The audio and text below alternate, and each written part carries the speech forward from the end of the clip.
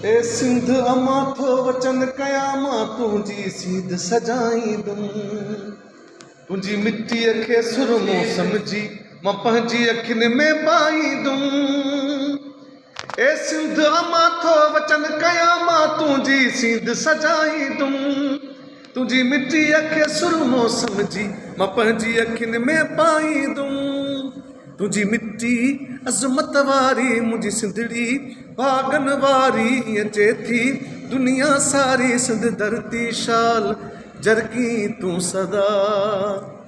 अस्सलाम वालेकुम या अली मदद हक़ मौजूद दोस्तों मां तमन बालक सिंधी सभिनी सिंध वासियुनि खे 4 डिसंबर कल्चर डे मुबारकूं हुजनि सदा शादो आबाद हुजो। असांजो पहिरों दोस्त रुस्तम लक जो टीवी चैनल आहे माई टीवी उन सां गॾु उनजे तरफ़ां बि तव्हां सभिनि खे लख लख वाधायूं हुजनि सदाईं शादो आबाद हुजो। सिंध जी सकाफ़त सिंध सां वफ़ा जो वचन।